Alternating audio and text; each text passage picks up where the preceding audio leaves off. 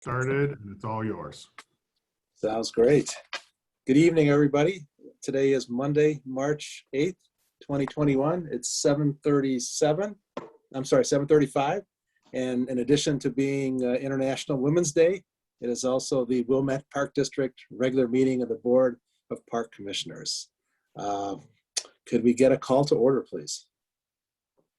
Roll call vote. Commissioner Abbott? I see him. He's waving. I'm here. Yes, sorry. Commissioner Murdoch? Here. Commissioner Schisler? Here. Commissioner Clark? Here. Commissioner Wolf? Here. Commissioner Goebel has yet to join us, but will be when she's able to. We'll note the time she arrives. Commissioner Anderson? Here. You have a quorum. Excellent. Next item on the agenda is the approval of the minutes. We've got two sets from February 8th. One is the regular meeting minutes. Can I get a motion to approve and second? I'll move to approve the meetings, the minutes. Second. Thank you. Any questions, comments, edits? No, I think it's I thought it was pretty good. fine. I had no questions. No review. I'm not sure we want that person doing them all the time, but they were good. You're welcome. Roll call. Commissioner Abbott? Yes. Commissioner Murdoch? Yes. Commissioner Schisler? Yes. Commissioner Clark? Yes. Commissioner Wolf? Yes. Commissioner Goebel? Still not here. Commissioner Anderson? Yes, Minutes are approved. thank you. Can I just say, since I know who wrote the meeting minutes, that I especially appreciated his write-up of the meeting minutes, and thank you. And you did a good job. All right, appreciate it. Thank you. Quoted me well, and I appreciate that. Okay. Okay, next item is the closed session minutes from February 8th, 2021. Could I have a, Now remember, we only make a motion, take a second and vote. If no one has any questions or comments, you do have a closed session later on in the agenda. If anyone wants to suggest changes or talk about the content of it, that would be the appropriate forum to do that. thank you. I move to approve. I'll second. Okay, anybody want to push it to closed session, or are we okay approving it right now? I'm good. I was good with it. Looks like we're good. Commissioner Abbott? Yes. Commissioner Murdoch? Yes. Commissioner Schisler? Yes. Commissioner Clark? Yes. Commissioner Wolf? Yes. Commissioner Anderson? Yes, Closed session minutes are approved. thank you. Next item on the agenda is communications and correspondence. We've had quite a lively amount. Started off mostly with disc golf, and then in the last, I don't know, hour or so, it's been all about Malincroft Dog Park potential. So on the disc golf, there were maybe at least a half a dozen letters. I think one of them was in favor of disc golf at Gilson, and the other 5 or 6 were opposed. And just getting a flavor of the ones that just came in the last hour about Malincroft Dog Park. I'm guessing there probably wasn't one in there that was in support of it, and all of the rest were not, but I haven't had a chance to read them yet. Right. And all of those Malincroft Dog Park ones are going to be in next week's Parks and Recreation Committee packet because they're the group discussing all of it. So those plus all the other ones that have come in over the last couple of weeks are being consolidated and we'll be put in that packet. Thank you. And then we had one lonely letter regarding accessibility at the beach house in the parking lot area. And Steve, I saw you responded to that individual today, and I appreciate you doing that. Thank you. Yep. Any other correspondence or communications out there that were not in the packet or not referred to just recently here? Yep. Apparently not. Okay, well, we're going to go out a little bit out of the normal order. We're going to have our consultant update on the Gilson Comprehensive Plan. Brian, are you going to lead us off on that? I can do the intro for that. Okay, So great. I asked the consulting team leading us on the Gilson Park Comprehensive Plan to join us this evening to give an update as the public open house took place since our last board meeting. And so joining us here tonight to walk us through some slides that I believe Deb is going to show. You have the ability to share now, Deb. I think we have both Scott Ferris and Andy Tanucci who will speak to us tonight. So take it away, Scott and Andy. Thank you. Thank you, Steve. Scott Ferris with the Lakota Group, and I have with me this evening Deb Salmon, my team leader at Lakota, and my partner on this project, Andy Tanucci. I think all of you know him. Want to thank you for the opportunity this evening. Just to give you a brief update. This is not a long, I know you've got a full agenda and I don't want to belabor it, but you all know that we've been involved in what we would call the engagement process of this comprehensive plan or master plan update for Gilson Park. And Deb, can you put the, excuse me, put up the slide deck? Here you go.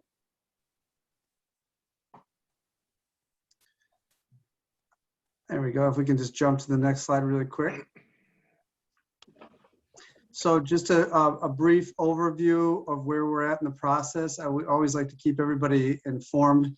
The most important thing in developing a master plan, we've said this before, and I'll always repeat this because it's important. When you're building a master plan, when you're updating a master plan, the door is never closed to ideas and community dialogue. You want to constantly listen to people. And I think that's been the hallmark of our engagement process. We've been taking in a lot of ideas, thoughts, concerns, issues throughout the process in a number of different formats, which we'll talk about in just a second. But right now we're getting close to what I would call wrapping up the engage portion of our process. We had our virtual community open house about 2 weeks ago now. I've taken in what we call the summary of themes and ideas. Andy's going to talk through a little bit of those. I had great participation. Over 200 and some people were on our virtual open house. And of course, we've met with folks on a more personalized basis, focus group sessions. Point out we have about 30 participants in focus group sessions.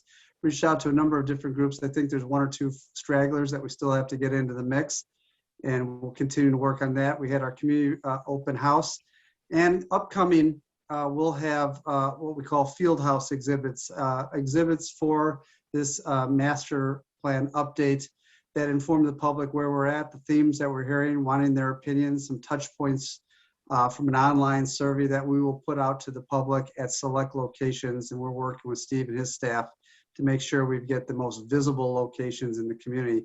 Obviously very difficult when we're dealing with COVID and the number of participants that are out there, but we want to still make an effort from a bricks and mortar standpoint to get it out. And as we develop our plan, our engagement plan, all of that will be summarized into what we call the state of the park. That is kind of a summary of everything that we will bring back to you as the basis for us to jump into ideas and solutions, programs, and policy that come out of it. And so with that, I'm going to let Andy talk a little bit about the outcomes of our virtual open house and the dialogue we've had to date. Hi, everybody. It's good to see you all. So you saw in that last slide, there was 153 participants in that community engagement session that we had. And that's as many as I can remember being in any of the beach house and parking lots. So it was great to see that kind of response. The feedback was flowing. It was really lively. There were so many anonymous people who were providing feedback, which maybe at first blush doesn't seem like such a great thing, but it's all good information, and we've got it all here, and we're reading it all, hundreds of comments. We presented, as we've done with you in the past, we've looked at the park and we've tried to categorize it into several different conversations. We presented each of those conversations in the form of a map and a diagram with our observation, and then we kind of put it out there to the group to just give us some feedback. And we're combing through that right now. So as you guys know, we divided these conversations into the park context, into the landscape, into infrastructure, and into circulation. And instead of going into the detail of these results, I can just tell you that we are combing through these things. Not only did we put out these questions as poll questions that yielded these results, we also issued a couple SurveyMonkey questionnaires out to the community. And again, just in reading through them, I wanted to highlight some. To maintain this beautiful park, infrastructure is key. Please keep it simple. To support and enhance the wonderful facilities, an open green space. After listening to all the presentations and feedback, I'm aligned with keep it simple. Your community loves this park. They love the lake. They know exactly what is important about it. And in reading all these things, this is what we're about to nail down on and bring back to you. The other conversations here on this second slide, the wayfinding and the signage, the special conditions, the sailing beach, and the maintenance facilities. So we're really excited and we're enthusiastic about all the response we've garnered. I think that even though it's taken a slightly different start, primarily because of COVID, than our previous renovation project, we're yielding the same really good feedback. And you've got a great team of consultants here who are really trying to pull these things into cohesive messages that we can bring back to you. And honestly, our work is just getting started. Scott, I'll just pass it back to you. Thank you. So just to bring it all into timeline, everybody wants to know where are we at and where are we going to be and where do we see the kind of completion of this process. As I mentioned before, our engagement process was probably straggled out a little bit longer by virtue of COVID. That's okay. From the standpoint, we got to do it, and we're going to do it all the way through. We're not going to do it half-baked. We're going to make sure that we not only listen, not only hear people and listen, but we need to come back to them and let them know we heard what they say. And that becomes the next step in the process as we bring our, what I would call our final state of the park report, end of this month, my guess, early April, from a completion standpoint. It doesn't really stop us from already beginning what I would call the next step, which is the Envision phase of the process. And Envision is where we're developing solutions and ideas to all the things we heard.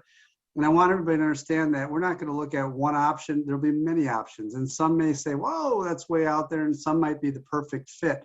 But we want to challenge you with a lot of ideas that come out of each of these themes. There's what we always call is a mid, and a maximum approach to everything. And you'll find the right fit once we test all those ideas and we bounce them off you as a board. So we hope to bring some ideas to you in the latter part of April, or I'd call our preliminary round of master plan concepts. Probably work through the final edits and tweaks and refinements of that in May, maybe in a little bit into June. But most important thing is we want to bring those ideas back to the community at some point and share it with them. So there'll be a second, what I would call a second open house at some point, where we share those ideas, vet those ideas before a final direction is laid as part of the master plan. And that'll come, we anticipate that happening. Steve, I don't know how the layout of meetings are, but I'm guessing it's going to be towards the end of April. From that standpoint, as we get into May and June, there's a lot of other things moving and going on.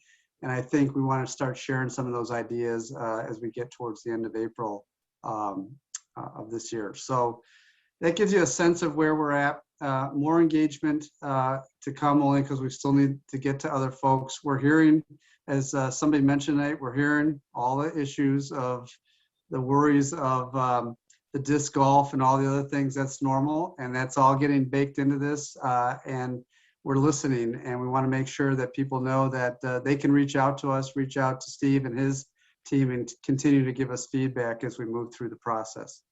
So that's a little summary. And if there's any questions, we're here to certainly answer anything. Scott, were you able to get a makeup session with the Harbor Association? We're still working on that. Yep, Okay. All right. that's the straggler. Thank you. Sorry. Need to call them out. Yep.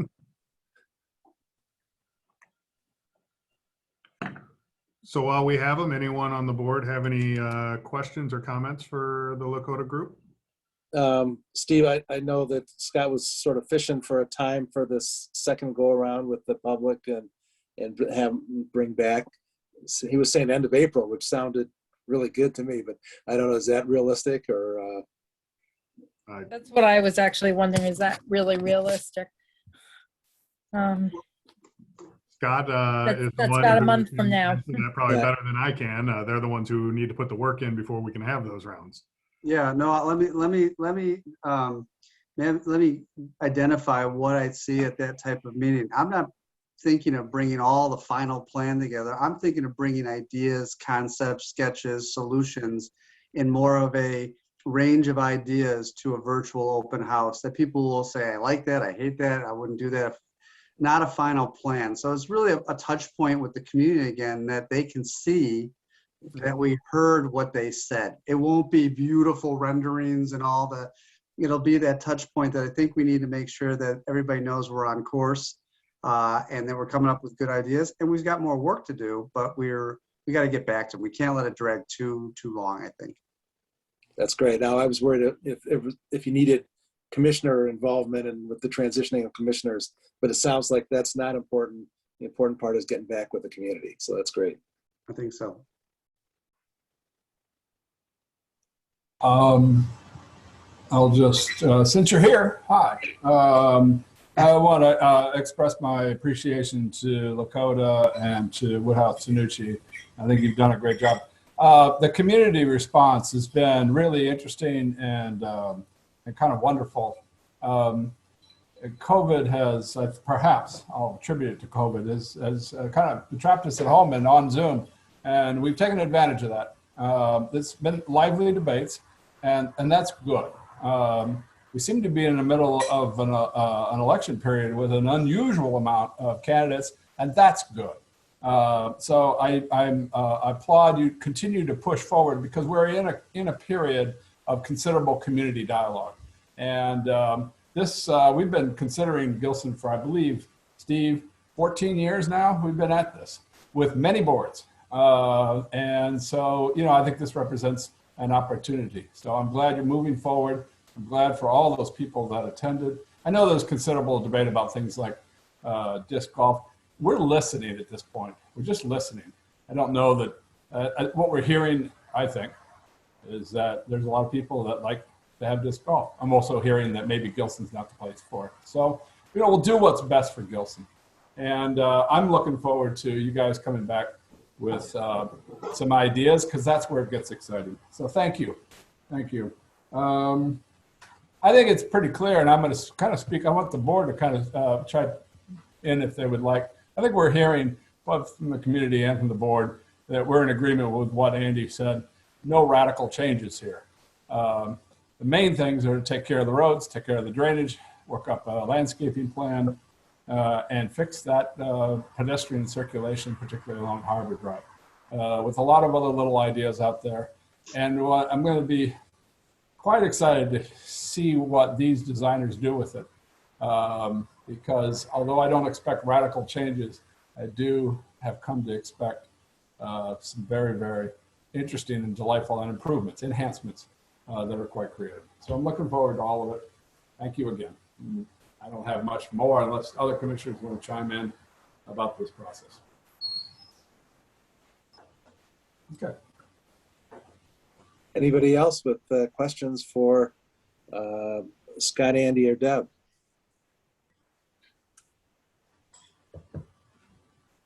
Okay. Thank you so much for coming on board. Thank you, everybody. Guys, enjoy your evenings. Thank you. Take care, everybody. All right. Next item on the agenda is the public comment and the recognition of the visitors. Sure. I think almost every name on here is a familiar name, so everyone knows the process. I'll go around the screen and call on you. You'll have 3 minutes. If you don't have anything you wish to say, you're just observing, let us know that and we'll move on to the next person. So first on the screen, I see Walter Keats. Just observing tonight. Thanks. Thank you. Next, I see Alan Golden. Just a quick comment.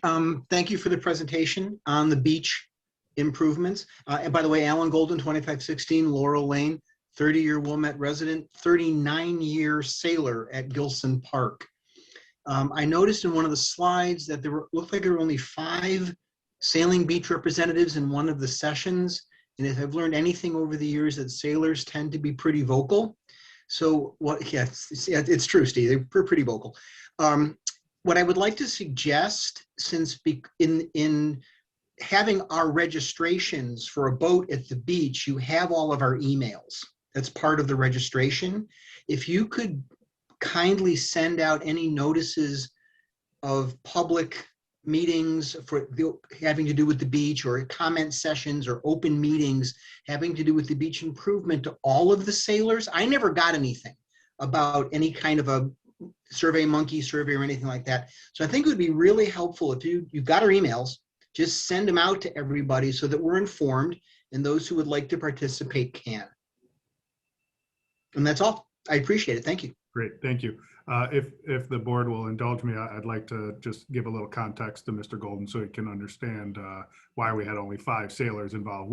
That was a stakeholder meeting where it was intended to be small groups of different subsections. So instead of inviting all 900 sailors, we invited a small randomized group of 50 and got 5 responses. So that's what that was. The overall virtual open house for the entire community was broadcast to the entire community, which is why we had 280 people registered for the event. Only about 150 were connected at any one time, but definitely we did try and get a much broader group for the virtual open house. Yeah, and I appreciate it. Thank you. As long as we can be informed and have, know what's going on and have some input, I appreciate it. Thank you. Thank you. Mr. Golden, I will say, I'm sorry that you weren't there, but that sailing stakeholder meeting was probably one of the best stakeholder meetings that we had. It was lively and interesting, and your brothers and sisters in sales were they showed, they brought their opinions, and it was good. It was really good. Thanks. Not surprised. I would encourage them to go look at it. It's on the website, I believe, so you can actually see it. We have not uploaded that to the website yet, but we. Well, okay, let's get it. When will that happen, Steve? Roughly. You're stealing my director's report. Okay, so okay. In the coming weeks, we will be populating the Lakefront website with not only the unabridged, all the questions and comments that were made during the open house, but also an executive summary where we consolidate similar questions, and then all those questions will have answers written. We'll also be putting the video of the open house and the stakeholder meetings on our website, as well as some of the documentation that was shared, the presentations that were shared at these meetings. That's also the information that we're going to be taking and putting into a print format and putting at our main facilities, the Rec Center, Centennial, Lakeview Center, since it's in Gilson, as well as here at Village Hall. The village staff has allocated us some space here outside of our offices on the 2nd floor. So we're trying our best to get everything out there. All right. All right. Next on the screen, I see Rick Prohoff. Good evening. Can you hear me? Yes. Yeah, Rick Prohoff, 2435 Pomona Lane. And in 3 minutes, all I can really say is I found the report from Lakota very interesting in the way they've gone about the process of addressing changes at the lakefront. Want to know why you wouldn't have done the same with community playfields. So in the rest of the 3 minutes, all I'd like to really address is, as you all know, or those of you who don't know, I've been asking about the irrigation system at the park since at least before July and received no answers. And finally, I filed a FOIA request, which they're going to be talking about tonight in the closed session, I assume. I also filed a complaint against Mr. Wilson because, as far as I can tell, because no one's really answered the question, is that irrigation system was undertaken without a public review, public comment, and I can't find any documentation from the FOIA request to suggest that there was a board approval for $765,000 of that money.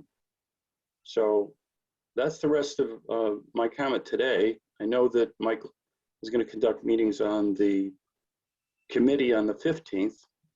And then thereafter on the agenda, I see you'll be coming back after your closed session. So I'd be very curious to hear what you have to say. Thank you.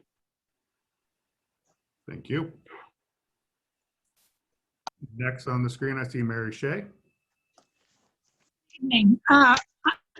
My name is Mary Shea. I live at 735 Michigan Avenue. I'm a neighbor of Gilson Park since 1977. I greatly appreciated that the Lakota group mentioned in their opening comments that Gilson is located in a residential neighborhood. I ask you to keep that in mind in your decision-making. The longstanding tension between active and passive use of the park has recently been exacerbated by the emergence, after 39 years, of a request for installation of disc golf at Gilson. The Park District well knows that this installation was not successful for many reasons. I hope the commissioners will inform themselves regarding the history of this unfortunate chapter before voting on it, before voting to repeat it. Gilson Park is a finite space. It currently hosts myriad activities and is visited year-round by people with cars, and Michigan Avenue and the Overlook are full even in winter, and in the warmer seasons, the cars extend across Sheridan Road, parked all the way to 6th Street. Traffic volume has increased exponentially with the 2020 closing of the beach parking to day passes. The impossible parking situation on Michigan Avenue shows no signs of abating. Why then would you add another activity accessed by ever more people with cars? Frisbee, now renamed disc golf, has no place in Gilson for the reason that it would dedicate the entire area to a single and dangerous use. For 5 years, it was a scar on the landscape. It attracted more cars, trucks, and numerous loud, beer-drinking young men at all hours. It does not belong in a residential neighborhood. The part of Gilson along Michigan Avenue being suggested for the disc golf is one that is enjoyed by passive users. It is also the pedestrian passageway into the park, to the tennis court, playground, overlook, and dog beach. Families picnic under the trees. People enjoy impromptu volleyball games, tightrope walking practice, and lounging from hammocks, reading in the shade. None of these peaceful uses would be safe or possible with the flying projectiles of disc golf.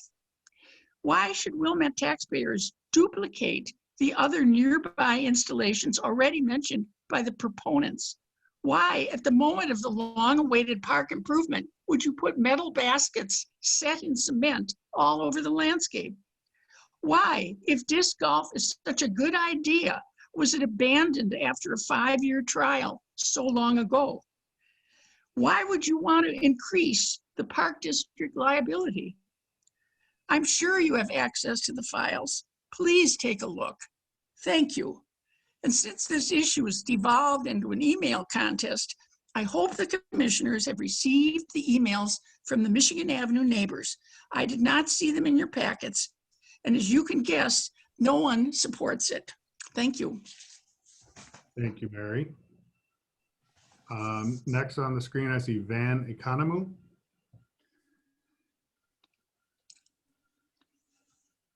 Good evening. My name is Van Economou. I'm at 601 Hunter Road, and at the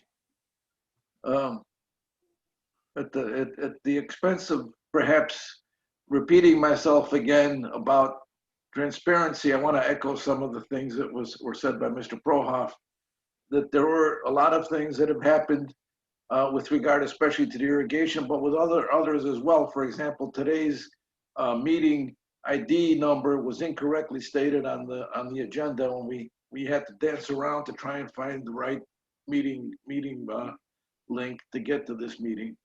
That is kind of indicative of how I think that the Park District staff is treating the residents of the Wilmette, village of Wilmette, and I'm beginning to wonder what can be done in view of some of the recalcitrants to provide information that should be public.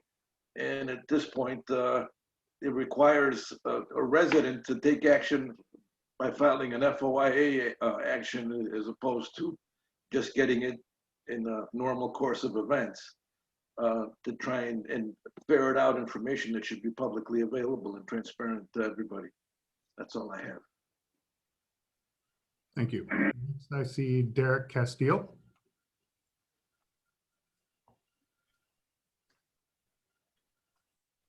Hello and good evening. My name is Derek Castile. I'm at 2447 Pomona Lane. Our property backs up to the community playfields. Just a few quick comments. I wanted to start by saying a public thank you to Rick Prohoff for all of the research that he's done on the ongoing consideration of changes to the community playfields. I know he's invested, if not dozens, perhaps hundreds of hours investigating things that are going on and then informing the rest of us on the street and in the surrounding neighborhood. I understand one of the elements of the work that he's done has involved him speaking one-on-one to individual board members via phone and perhaps meeting in person with some of you as well. It's my recollection from talking to Mr. Prohoff that there was at some point last year an acknowledgement perhaps that the tone of the conversation between the park board and the residents surrounding the community playfields had a negative tone, and that there was a desire to change that. And the key way that that would be changed is that there would be an increased level of transparency between the park district and between the residents surrounding the playfields. Of course, we were blindsided when we saw workers out in the fields mid to late last year installing what we eventually found out was an industrial scale sprinkler system that cost us all $765,000. I know that Mr. Prohoff has spent a lot of time trying to find out how that got authorized and the project was undertaken. Based on his research that he's shared with the rest of us, it sounds like there's no public record of a discussion to consider and approve of that project. It's my understanding that he did a FOIA request in an attempt to try to find out how that process all occurred, because we were promised through him that we were going to be kept in the loop in terms of major changes that would be undertaken at the playfields. Final thoughts. It's my understanding that he has also been told by at least one, maybe more board members, that there wasn't any knowledge of the sprinkler project until after it had either been completed or it was underway. And that just seems remarkable to me, that a staff member of the park district would be able to embark on a $700,000 and some odd project without the approval of a majority of the board members. So I just have a couple of questions. At what point did you all, the park district board members, know about this sprinkler project, and when was it approved, or who approved of it? Thank you. Thank you. Next, I see Kara Kozlowskis. Observing this evening. Thank you. Thank you. Next, I see Andrew Levy. No comments at this time. Thank you, Steve. Thank you. Next, I see Allison Frazier. Listening in. Thank you, Steve. Next, I see Peggy G.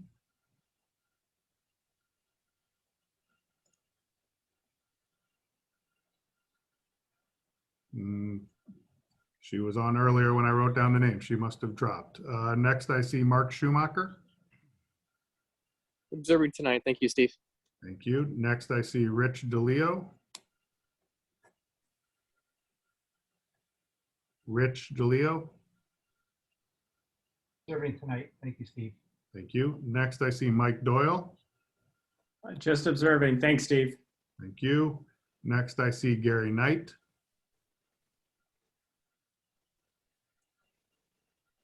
Gary Knight.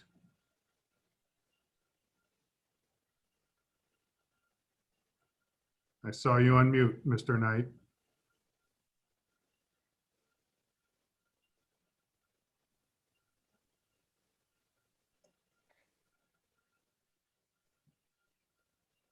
You're unmuted now. Now you're muted. Now you're unmuted. We've all been there. Yes, we have. All right, we're gonna move on. Next, we see Patrick Duffy. Just observing. Thank you very much. Thank you. Next, I see Richard Pinner. Good evening, Steve. Thank you. My name is Richard Pinner. I live at 2443 Pomona Lane with my wife and 2 daughters. Last September, I wrote to you, and last October, I spoke at a meeting asking for your sincere consideration into the real need of permanent restrooms within community playfields. At least one commissioner saw the benefit for improved public engagement, and there have since been several more emails exchanged regarding this topic. For this, I'm grateful. Unfortunately, it remains unclear, and I believe unanswered, whether the Board of Commissioners were consulted, discussed openly and publicly, and approved an irrigation system covering the complete park, as well as a 50% increase in cost to be offset by the Stormwater Slush Fund. When I think back to the stormwater construction and design meetings, I recall one specific reason you agreed on the final design was because it eliminated the need for unsightly above-ground pumping stations. Why has your compassionate view now changed? Why is there now a substantial above-ground pump situated in the middle of this park and within inches of the bike path, with no room to be shielded by thoughtful landscaping? The further we've walked this path of park improvements, I felt there was always a vision of permanent restrooms. After all, there was a capital cost allocated for this before the IGA was in place, and then it was removed. It sits uncomfortably with me that once the initial concept of irrigation was born, and the specific reason we were told was it would be necessary to keep the grass growing above the shallow soil on top of the concrete tank, someone then had a dream of planning a much larger irrigation system. And while they were at it, they ensured sufficient capacity was installed for restrooms to be added later, where their location would be dictated and justified by the now conveniently installed services. None of this dream having been put up for public discussion. I've previously discussed the organization chart of Wilmette Park District as featured in the annual financial report, and it starts with the Wilmette residents at the very top, followed by the Board of Park Commissioners, and then the Park District staff. I believe you have missed the mark with this project, especially compared to Gilson. You have allowed an apparent agenda to continue in the face of objection, even at times denying that one exists. You've shown desire to push on quickly or let your staff run ahead without transparency or control, suggesting some may wish it finalized and approved before stepping down, perhaps a departing legacy. Like you, I and many others take time beyond our working day to engage with you, to seek clarity, to ask for compassion, consideration, and common sense. We have brought you alternatives, compromises, and ideas for debate. We have asked you to slow down, investigate, and take more time. I feel let down and disappointed. I do not believe this has been an open and public process from the beginning, and if so, the process has failed the public. My final question is this: are you, as a Board of Park Commissioners, accountable for such a failure, or is it the staff who you direct? Thank you. Thank you. And last, I think we see Bridge.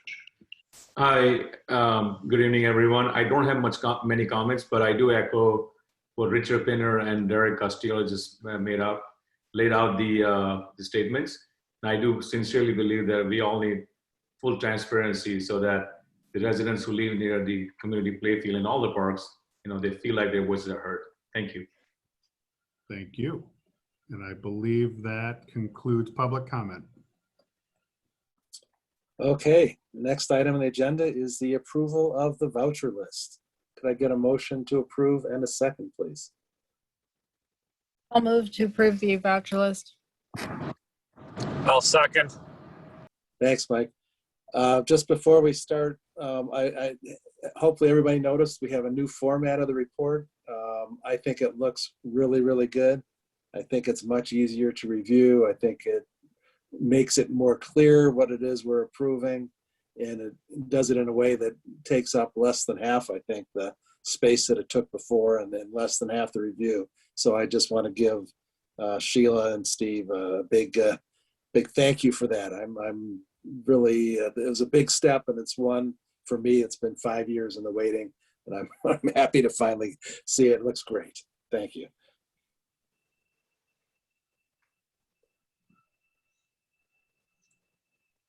Anybody got questions on the voucher list?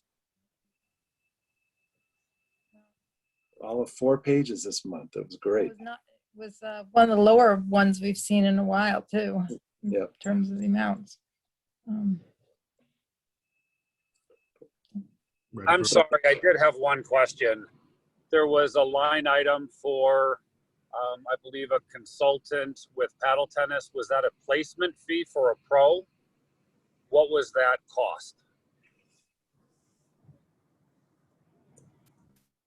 Are you speaking, I'm looking at the list right now. I think just because I know the name, Alan Graham and Associates. Correct. He's a teacher. Superintendent Gwynn, do you know what that charge was for? Yeah, no, it's a contractual provider for instruction. It's a unique relationship with paddle, so it's that's what it's for. So provided instruction for one of our programs. Mm-hmm. Contracted. Okay. Does that answer your question, Commissioner Murdoch?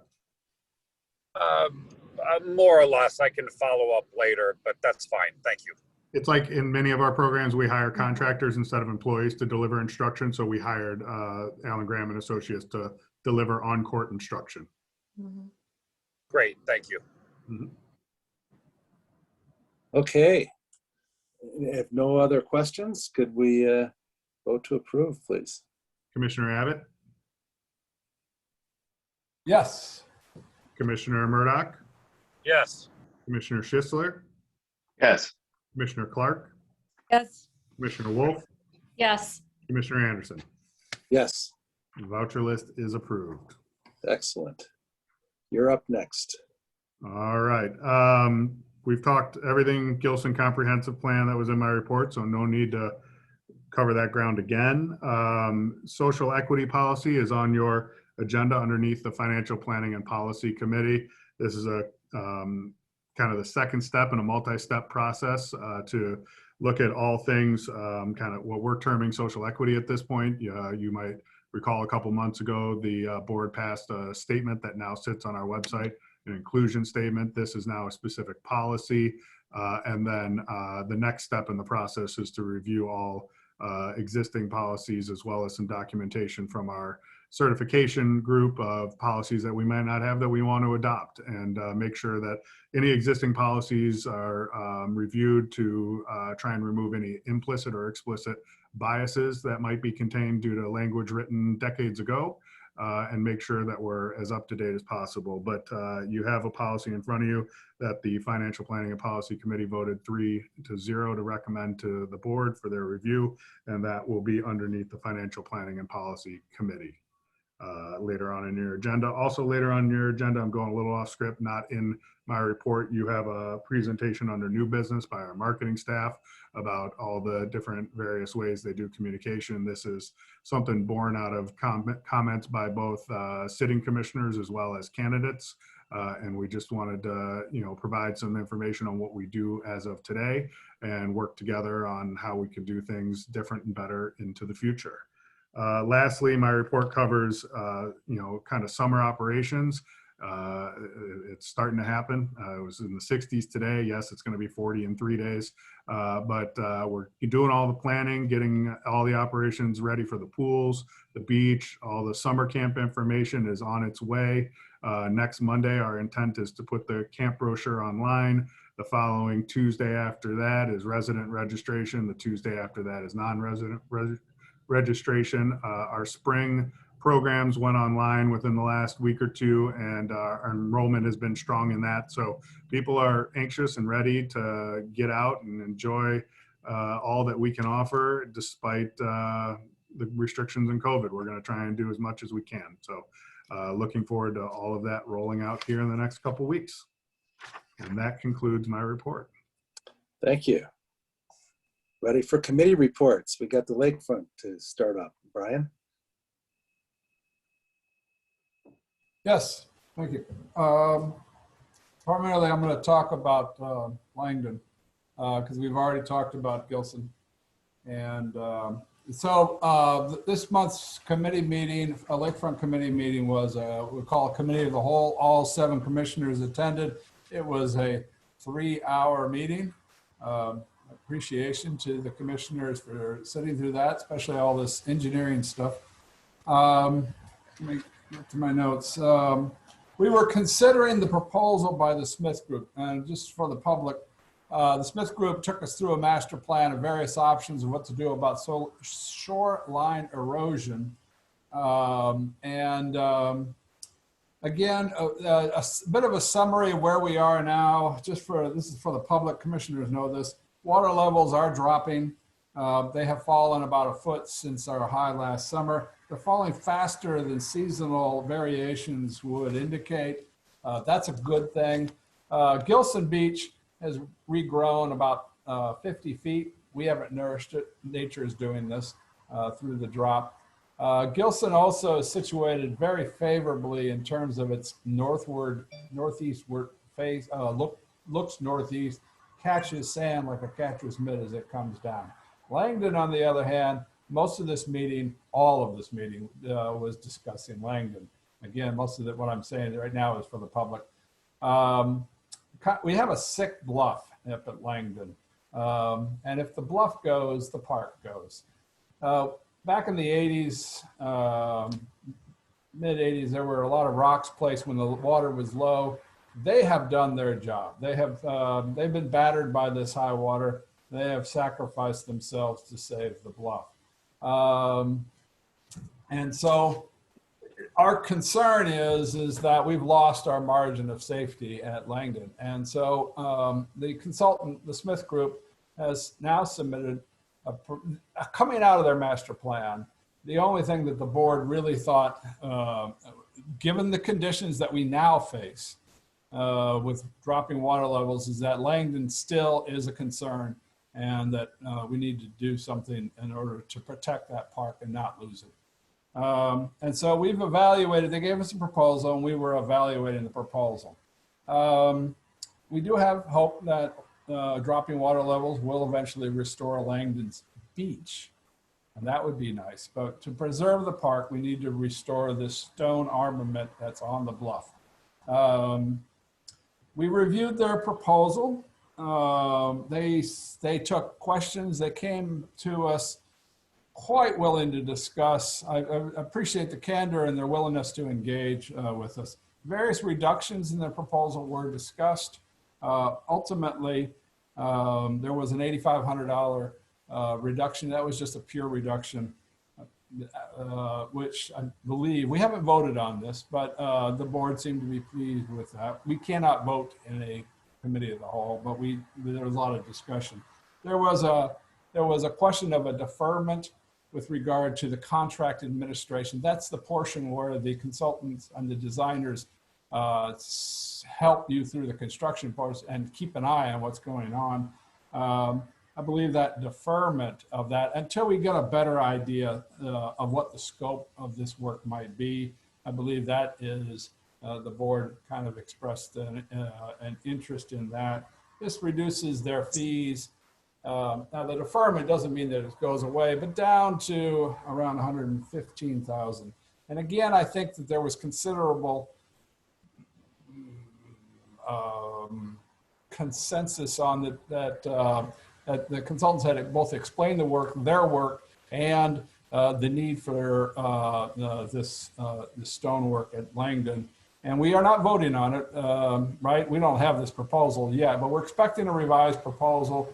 And again, my appreciation to Steve, my appreciation to the consultants, and to all the commissioners who were willing to sit through and ask questions and determine to their own satisfaction both the need and the direction that we're taking. So that is an update without any action, but expect action at the next full board meeting. So beyond that, I don't have anything for Gilson. I walked the sand today. That was great.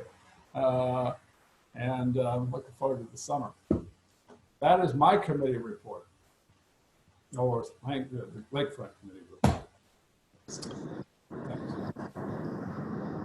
Thank you. Any questions for Commissioner Abbott?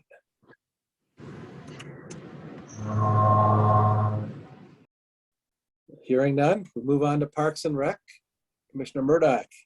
All right, Parks and Rec did not meet this month, but we have our March meeting next week. And so it is possible we will meet twice before the following meeting, or our April meeting might come after the next board meeting as well. But we do intend to finish the board year with a bang over these next couple of meetings. First, and Gordon, please jump in if you would. It's my understanding that the disc golf question will be referred to Parks and Rec, and Parks and Rec will gather information about the program, about different potential locations, if as a committee and then as the board we recommend moving forward. And then we'll probably follow a process similar to what we've done with dog parks and paddle tennis and other new amenities that we've considered over time. President Anderson, is that your understanding as well?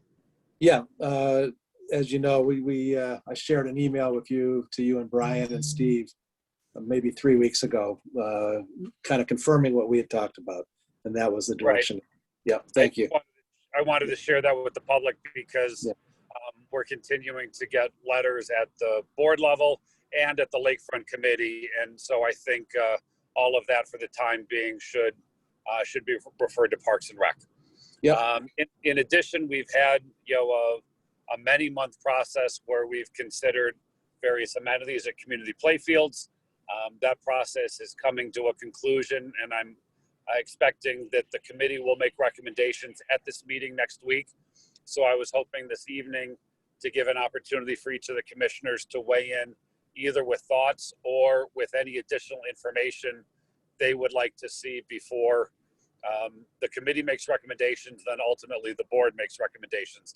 Obviously, we heard several people tonight who continue to be keenly interested in this process. With respect to that, starting with the bathrooms, it's my understanding it was either the last meeting or the meeting before, and forgive me that I don't have my notes in front of me, we expanded the potential locations significantly. There were not any major departures. If you recall, there had been one location close to the tennis courts, one location close to the baseball field near the junior high, one closer to the middle of the park, and one at the far end of near Highcrest. And we looked at alternative additional locations near the center of the park on each side of the path. We also looked at a location somewhere between that previously designated C location and the D location all the way over at Highcrest. And so we expanded some additional consideration. In addition, we gathered additional information about the junior high, and perhaps Steve, you could give me any more current update. It's my understanding that we expect that there will be an opportunity for us to work with District 39. While we don't have any sort of an IGA in place specifically for the use of the facility, there have been fruitful conversations, and we expect that we would have access to that sometime in the relatively near future. Is that correct, Steve? Correct. As of last week, a conversation I had with the superintendent of District 39, she's been able to poll her elected officials, and there's no resistance to working together to figure out a way to provide access to the public for our programming to the bathrooms on the back of Wilmette Junior High. So we're going to get going on drafting an IGA and put that to each board.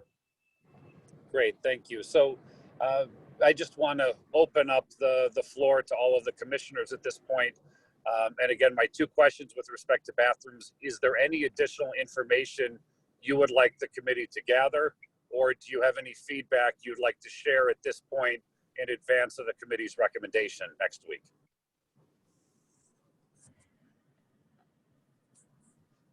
I've got a couple things, but I'll let the rest of the commissioners go first.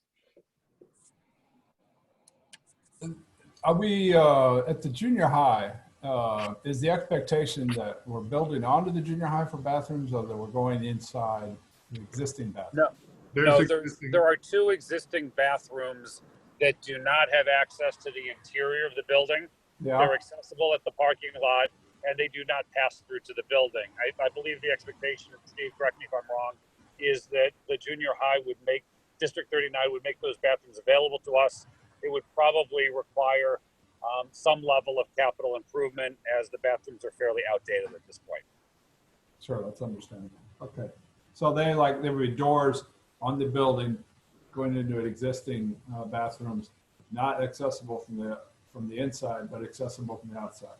Okay. Correct. Thank you. And just for clarification, has there been any, previously the indication that those bathrooms would be available only during non-school hours? Has there, but I guess any like clarification, would that be like just during the summer, or would that include like weekends or later in the evening during the school year as well, or when this is not school sessions, or just not during school during a normal school day? My understanding of what their concern is when the building is occupied with students and staff for a regular learning day, that would be when they would not want access to the bathrooms to be allowed. The details have not been flushed through further, but that's the sentiment that was passed back. Would that include then, like, if at least in the past, summer school has gone on at the junior high? Would that include then, you think, summer school hours as well? We did not specifically talk about summer school, so I would just be, guessing at this point. I don't want to put words in their mouth. Okay. Okay. Oh, and then I have just sort of another question. This is more like in anticipation of our meeting. Some of the concerns I've also have heard has to do more of aesthetics, even in terms of that, with the the irrigation system, that there is a structure up on the ground. So they have had some concern about aesthetics. How would these bathrooms be designed, or who would design the bathrooms, or how would we design, if we decided to go with bathrooms, how would they be designed? How would it be designed? So that's like another question on that. Typically, we would engage a design professional of some sort to, actually put together some designs and have the board and the public look at those. We have been working with Andy Tanucci from Woodhouse Tanucci, give us some budgetary concepts, but we haven't started drawing things out. It's really trying to understand what the numbers could look like at this point.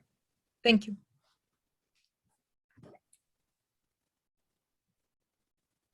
With respect to the bathrooms within the junior high, do we have a sense of the configuration? Is it a single use by gender? Is it one alone for multi-gender? Do we have any information on that could be shared at this time?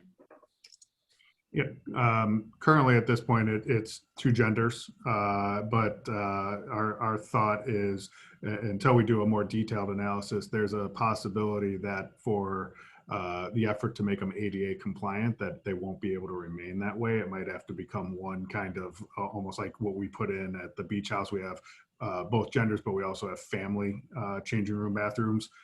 We have to get into those details because we need to make sure that the facility is ADA compliant.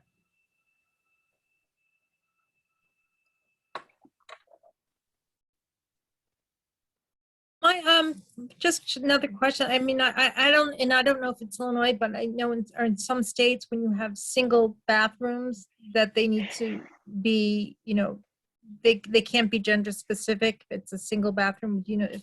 Is that the case here as well? That if you have a single, it can't be gender specific? As Steve said, historically there was a boys or a men's bathroom and a girls or a women's bathroom, but that may change based on updating them to current regulations.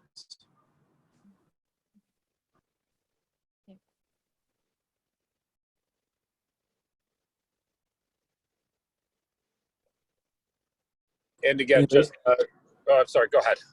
No, I didn't know if anybody else. Are you finished, Mike, responding, or can we get somebody else to get their comments?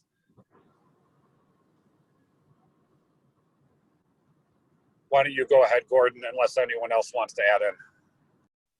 Yeah, and mine aren't earth shattering. Just a couple things. One is, and this is sort of heresy coming from a finance guy, but this is the bathroom at community playfields, assuming it's something that ends up happening, is going to be there for a long time.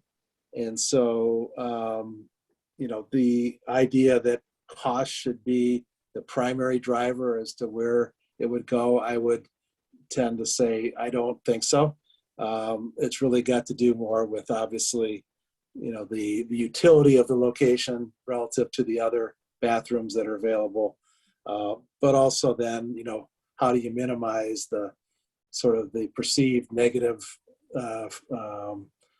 optics of wherever it is it's chosen to be. And if it costs more to put it in an area that's less offensive to people, I think we can all get behind that. Hopefully we can all get behind that. The other thing is, that pump station, in my personal opinion, that should be below ground, not on where it is. And if there's a way to kind of combine moving that underground at the same time we're working on the bathroom and getting whatever efficiencies come with that, I think that would be something that we'd want to take a look at. Those are my comments. Great, thank you. I don't believe we're planning to discuss the pump station next week. That certainly is something that we can and should consider moving forward. I think that, as you say, it may become more of a question once we've determined if and where a permanent bathroom would go.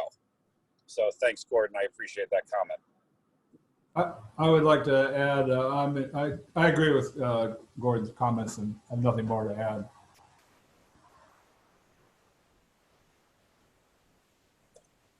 Anybody else with anything for Commissioner Murdoch?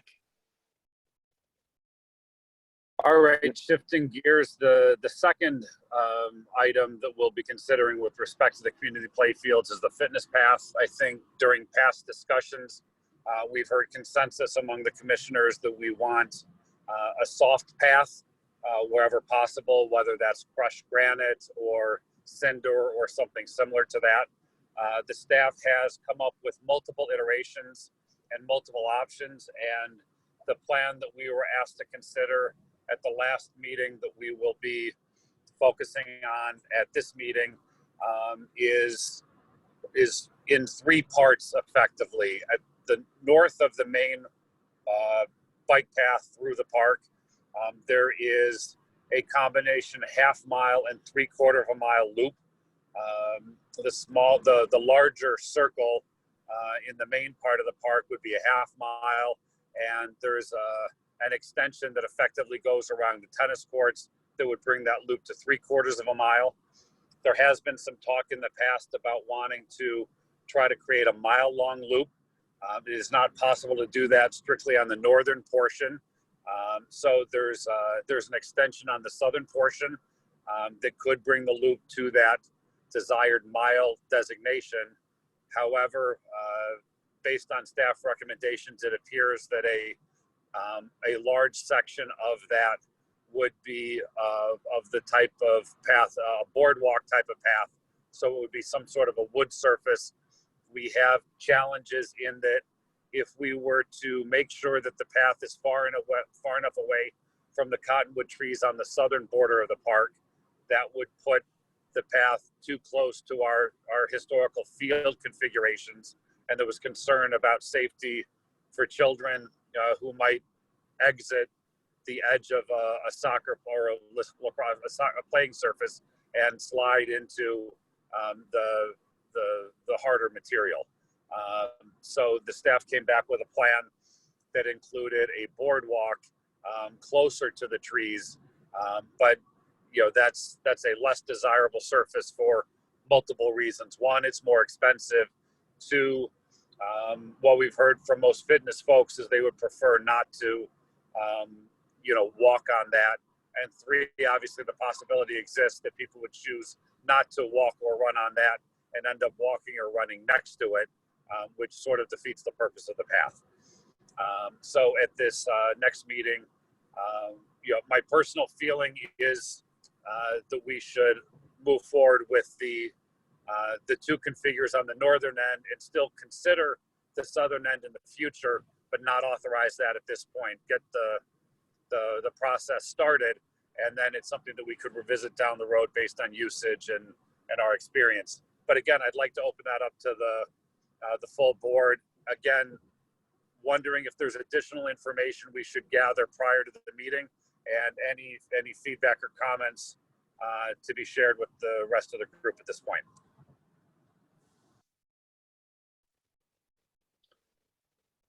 Commissioner Murdo, I think you're on the right path there. Pun intended.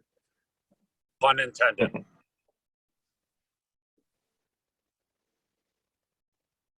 Other thoughts or comments at this point? I have one comment. My comment was in regards to the boardwalk on the southern side. And we'd asked staff at the last meeting to see if there's some other way to do some sort of a surface there that would be soft as opposed to the boardwalk. And maybe it's even just having patches of grass instead of having that surface if it's going to be dangerous to the root systems of the trees there. So I really would like to hear of other options to try to make that 1 mile loop happen.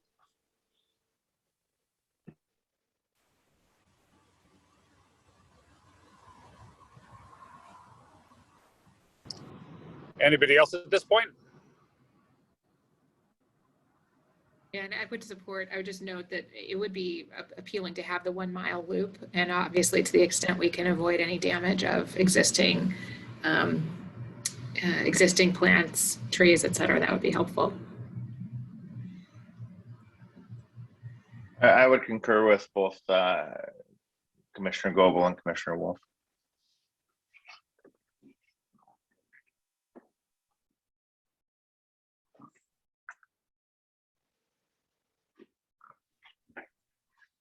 Okay, anything else?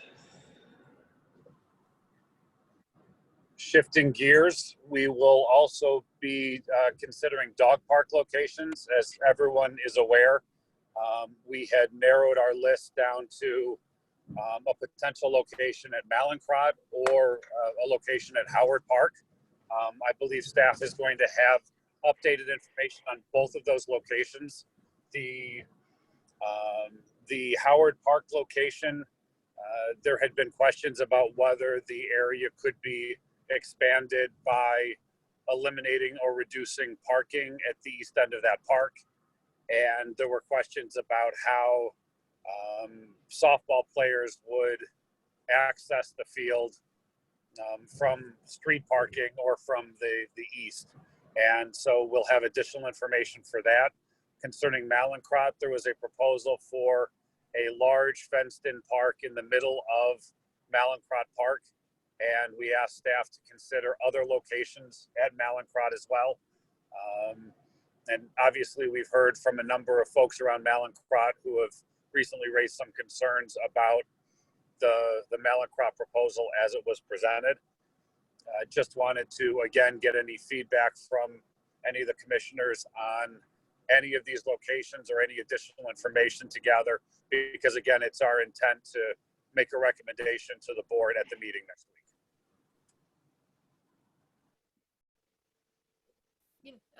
week. I have also one kind of question, because I think the area at Mallinckrodt, which was, and just assuming it was a large area, it was 1.4 acres, which, in one sense is a really nice large space, but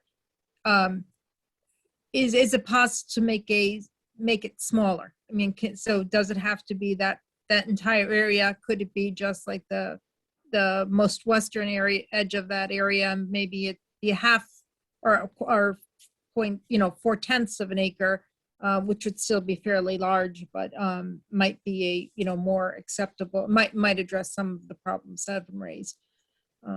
So that's the only other question is, are there other configurations as opposed to this one large space?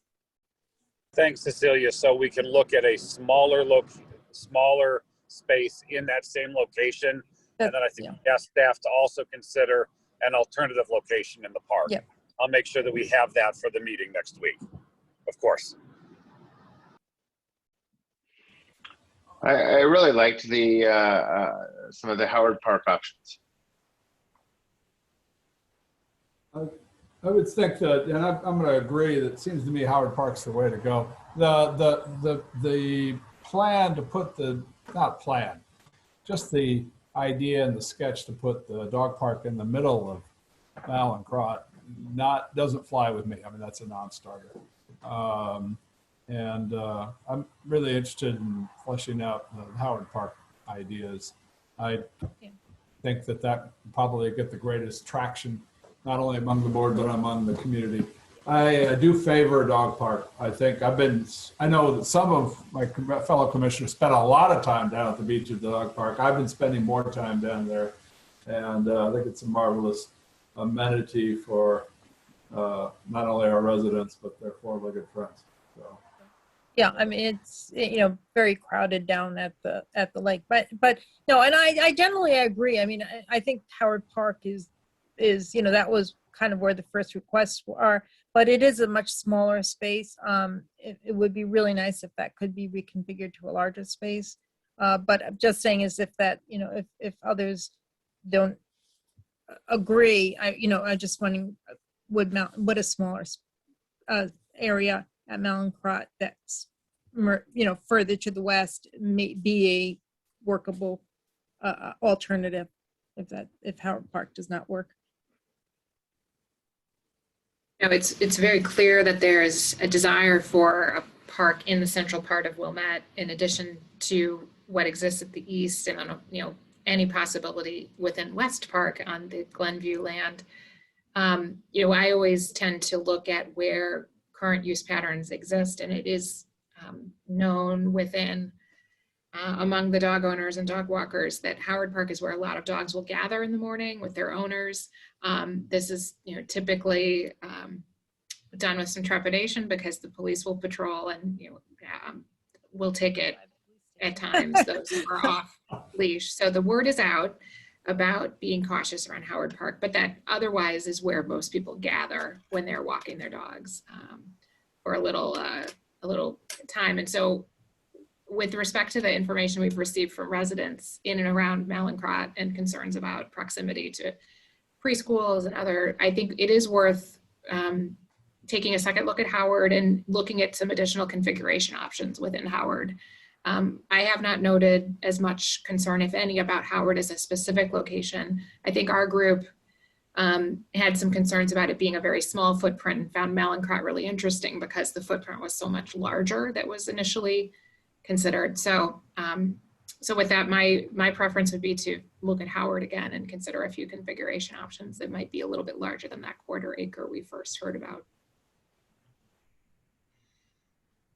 And I'd like just to make sure the staff is good. If we do start doing something with the parking there, in terms of reducing the number of spaces on the east side, I'd like to just understand kind of what impact that has, because I just think of softball in the evening where all the fields are taken, you got lots of people coming, or maybe you got a tournament with the Trevians or something.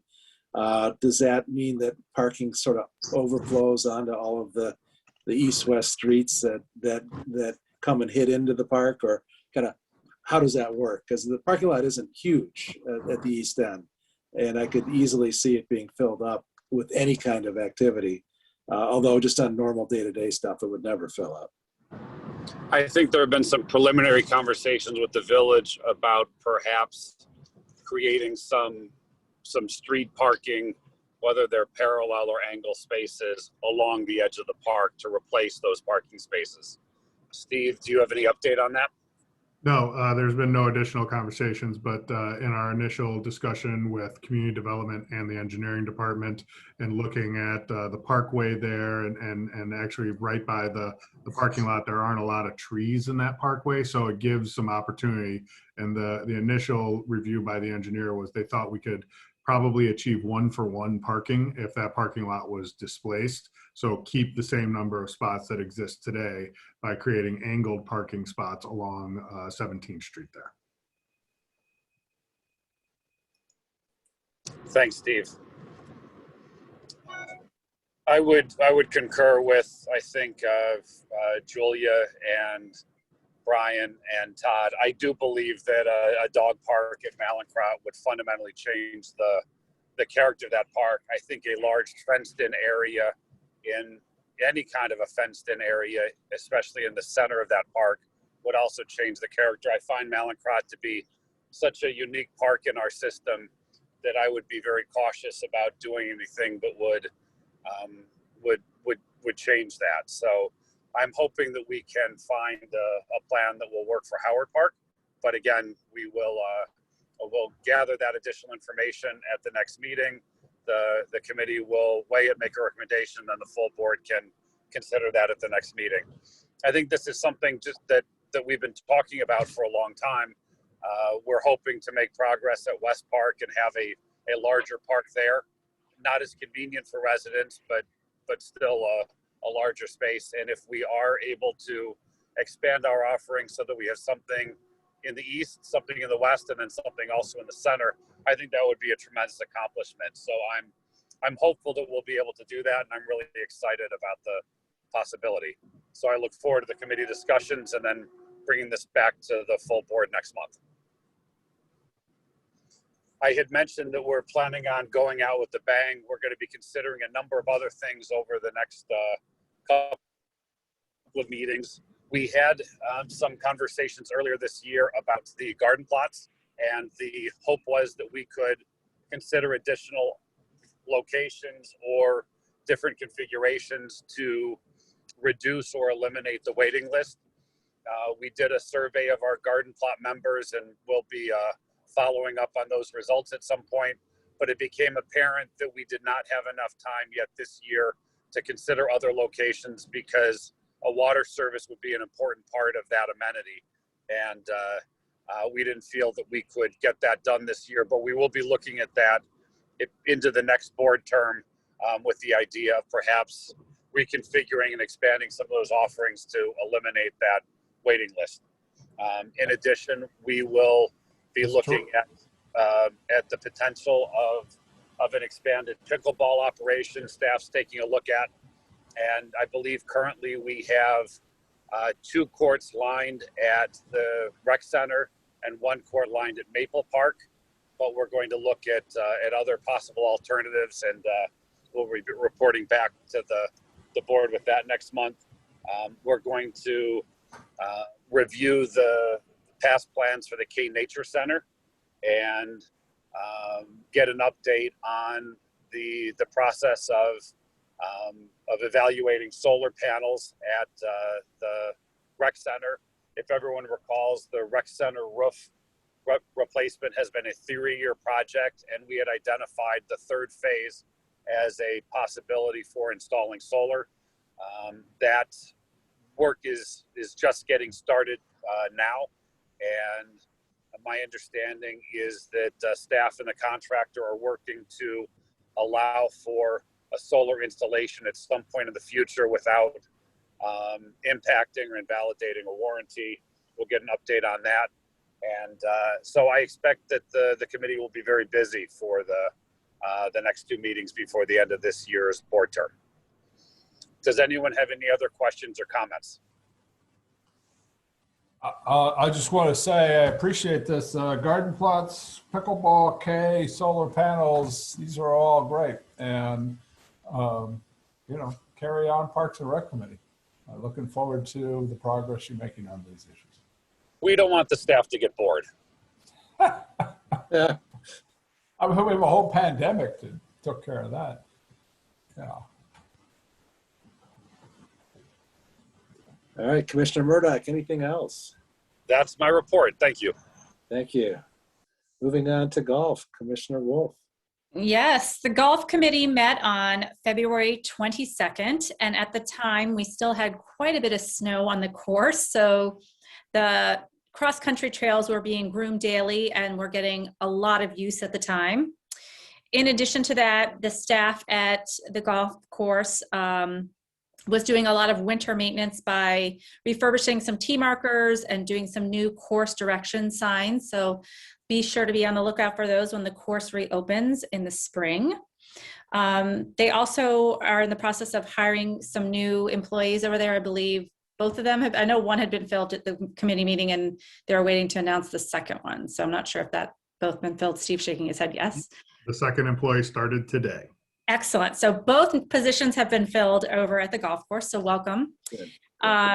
We also discussed the golf financials at the point through January at the meeting. As most people know, the golf course is not doing much in the way of business because of snow and things like that. So expenses were down, but salaries were up with the addition of the 2 new hires that we had there. And they were doing, our financials were showing that we're doing slightly better than expected, budgeted to that point. We also received a golf cart project update. No work had started due to the weather. The course was again covered in snow at that point, so nothing was going on.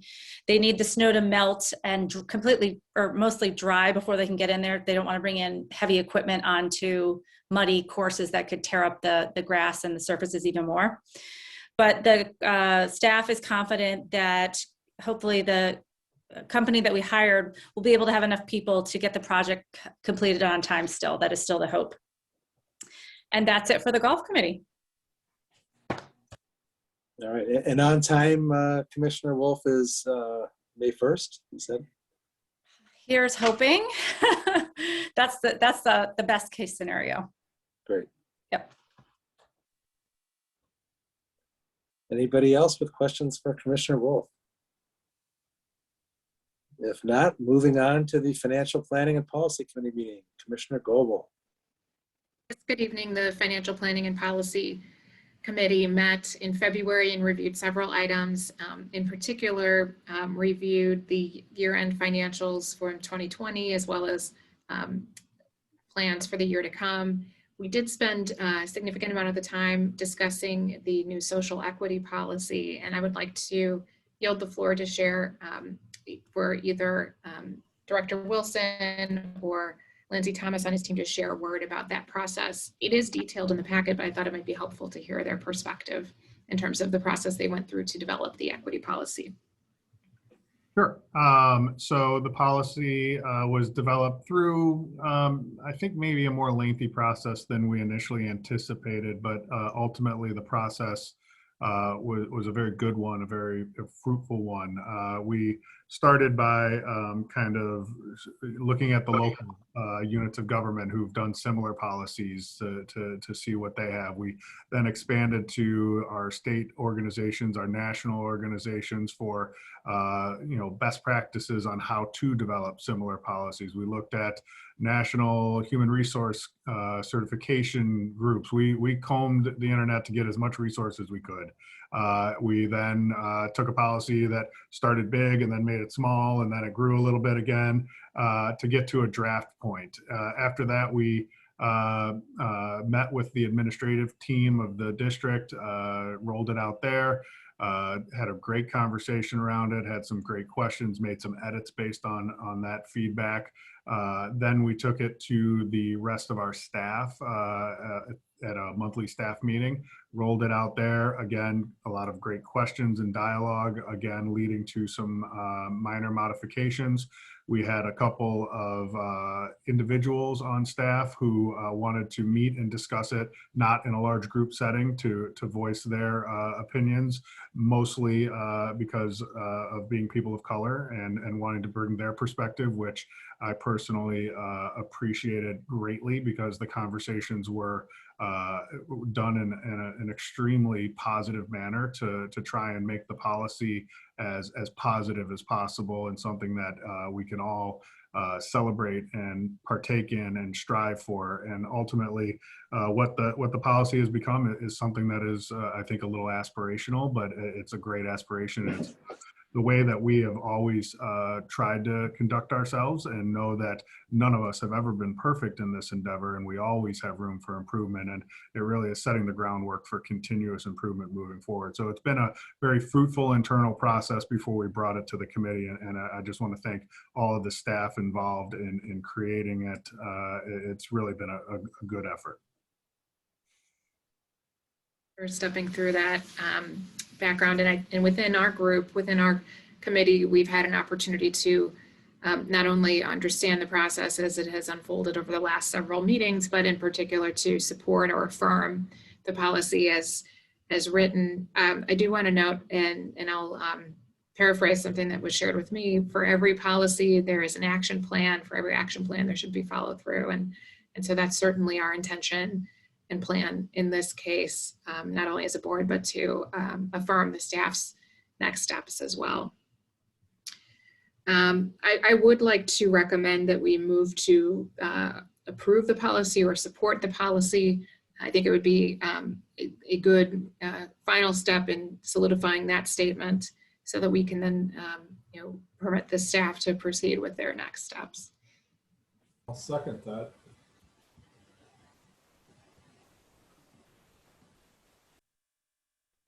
Thank you, Brian. Steve, would it be appropriate to have a roll call vote? What would be appropriate to do to affirm? Normally at this time, we pause and open it up for any questions or discussion before we take a roll call. So I would suggest we do that.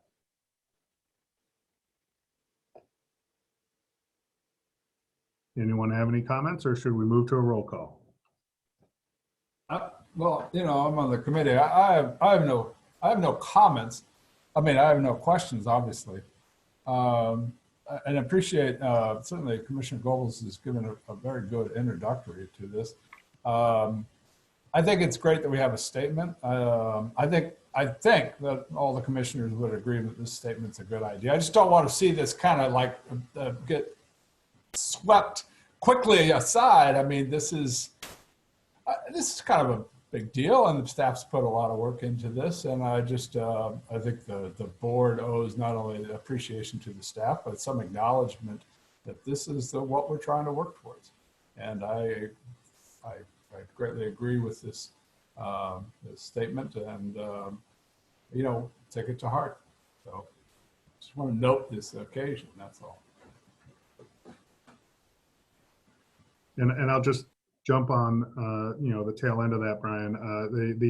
The real work begins now, once the policy's in place, and just like Commissioner Goebel said, action plans and follow through are what's to come. And I can tell you that there's many people on staff who are excited to work on creating those action plans and putting them into motion. So I can assure you this will not be something that gets put onto a shelf and gets dusty over time. It's something that's going to be front and center in just about everything we do. I'm glad to hear that. Thank you.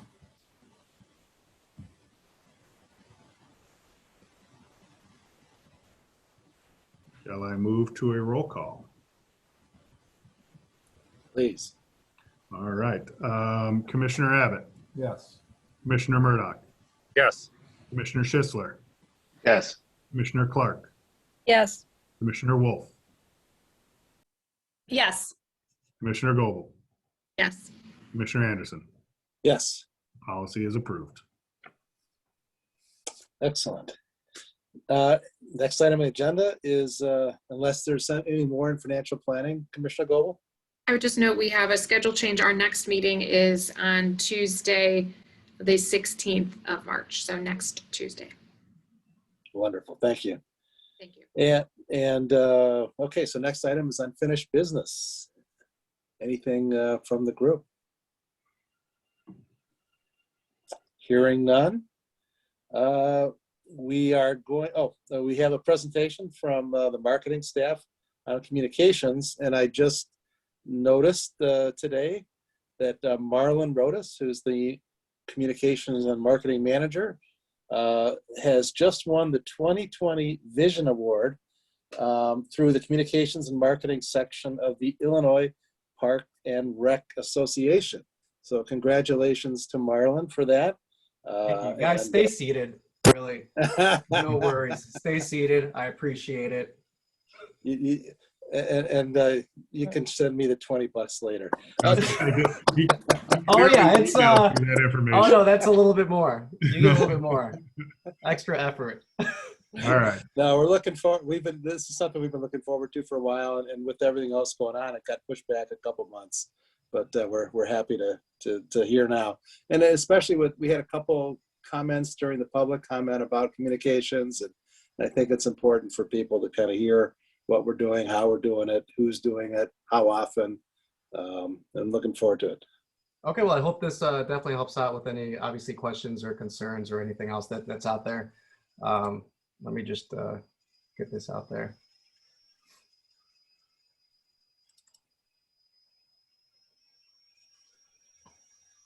Okay. Everyone still hear me? Yes. Yes. All right. So yeah, so I mean, we could just dive in. Before I do that, though, I actually did want to thank my staff. I have a wonderful team who puts up with me and has definitely stepped up in the past year and just made things happen, whether it's been COVID related with notices or even, you know, last week with registration going live last Tuesday. So far, it's been fantastic, and they've really worked their butts up. I just want to thank them for that. So thank you. Without any further ado, though, so here is just an overview of our Wilmette Park District communications and marketing. Steve asked me to put something together here for you guys. Steve, don't worry, I've kept it under 90 minutes, as you said, so I gotcha. Starting off here, we have you always have to start obviously with your demographics and who you're with, who you're marketing to. We have 27,087 residents, 9,742 households here in the Wilmette, Village of Wilmette, and what our park district serves.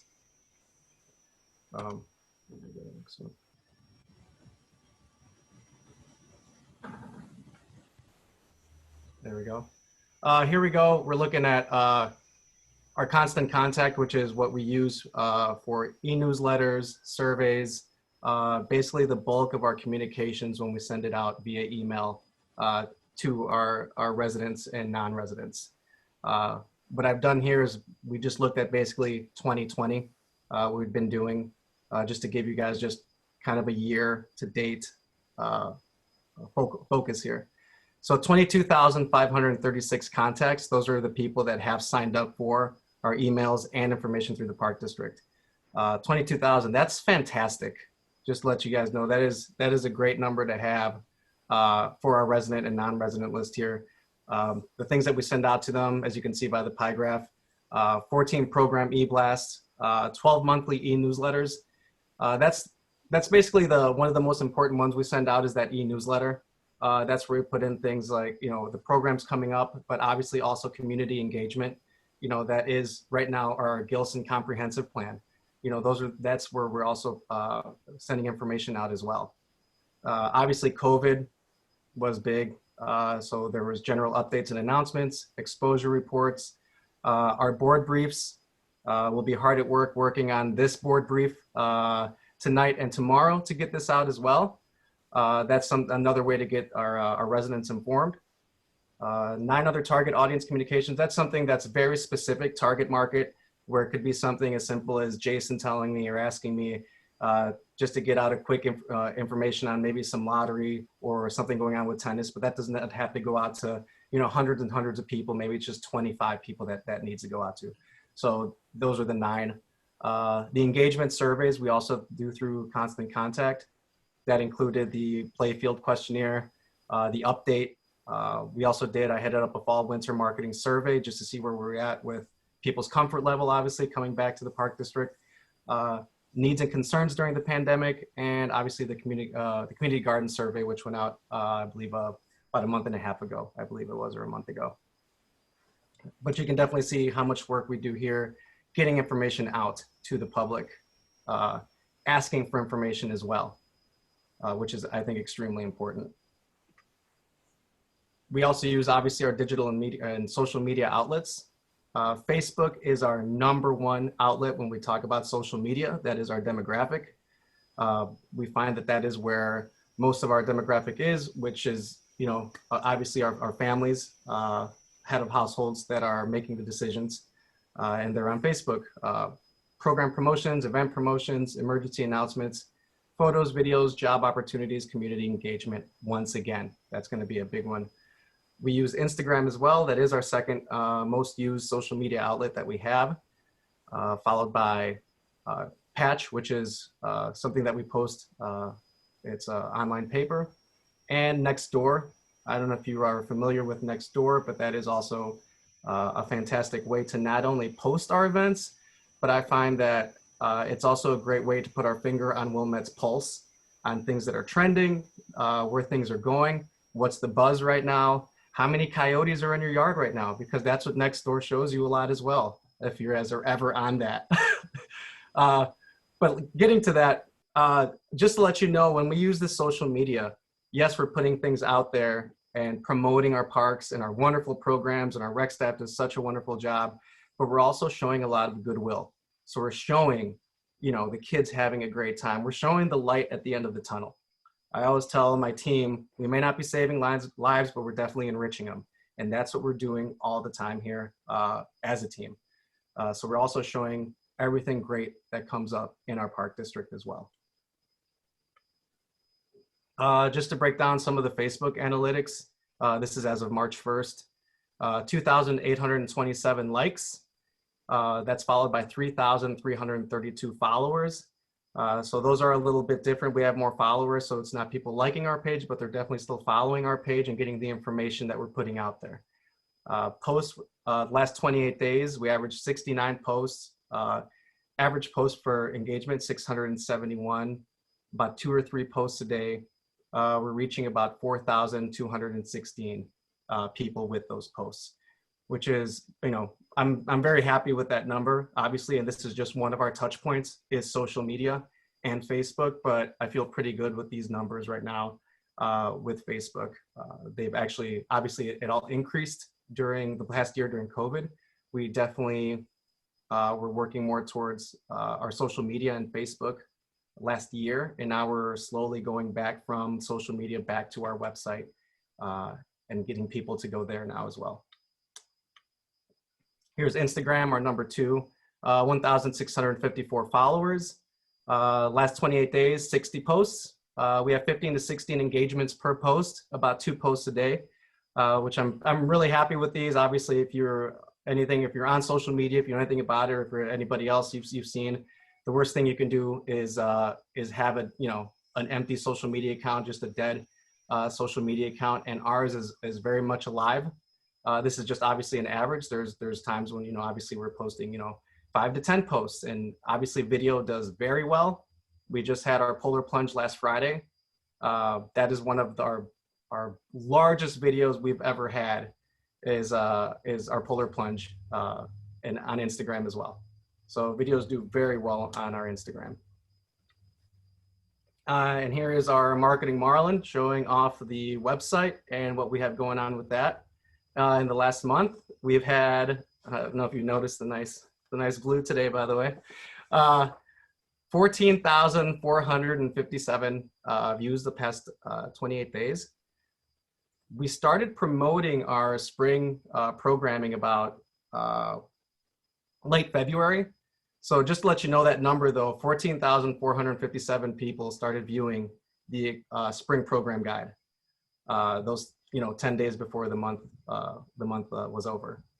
So that also lets you know though, and it let me know that people are definitely ready to come back to programming and come back to our park district. I can see it. Steve and I had conversations about it as well, when I was telling him about the analytics of this as well. So that's, I think, fantastic news for us as a district to see that our community is ready to come back full force. Print material and signage. This is something that obviously in the past year, we weren't doing as much just because our facilities were closed. Not a lot of foot traffic, so there wasn't really a lot of need to promote or have flyers inside of our buildings. Right now, though, I'm happy to report we've obviously had more foot traffic, and our boards and our hallways at CRC are looking much livelier, have a lot more color now. We have programs, and it's fantastic to see when you walk in now. You see our flyers, you see that there's a lot going on now at our park district, and we will be doing more of that as we get more foot traffic and we get more people out there. One thing that we are working on obviously is direct mail, and that's target marketing different parts of Wilmette.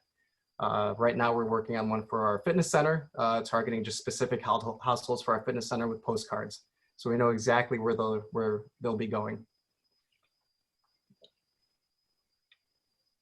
our seasonal explore guide. I did put this in here because obviously this is one of our major marketing pieces that we have throughout the year. We have our winter, spring, summer camp. Obviously we had to pivot on these. I know you've heard that word a million times, but we went online and digital with our books. So here on the orange one, you can see we actually did a late fall guide by day explore guide that was fully digital. So it was just a PDF that you can just go in on the links and see the classes. We're updating that every Friday.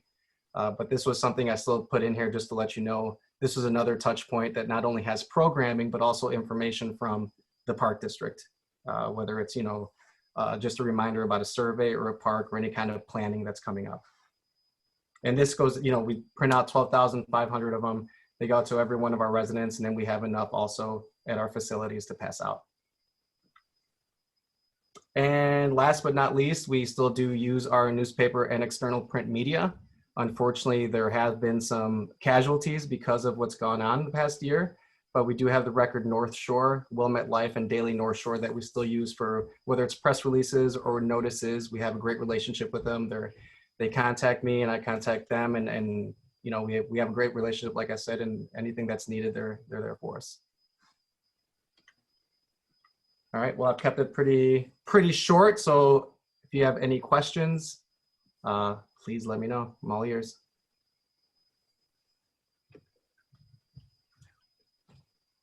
I do have one question. I've noticed like the Village of Wilmette sends out, emails fairly frequently with updates about various things going on in the village.